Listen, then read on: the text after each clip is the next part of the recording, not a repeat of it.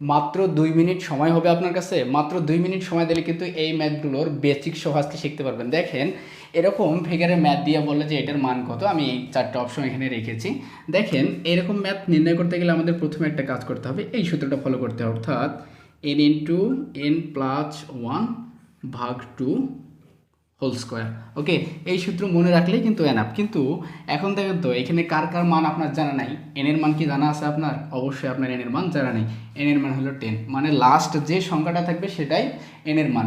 যদি আমরা এন এর মান 10 বসাই তাহলে দেখেন তো কি আসে, 10 ইন্টু 10 প্লাস 1, নিচে হলো ভাগ 2, এটা হলো হোল স্কোয়ার।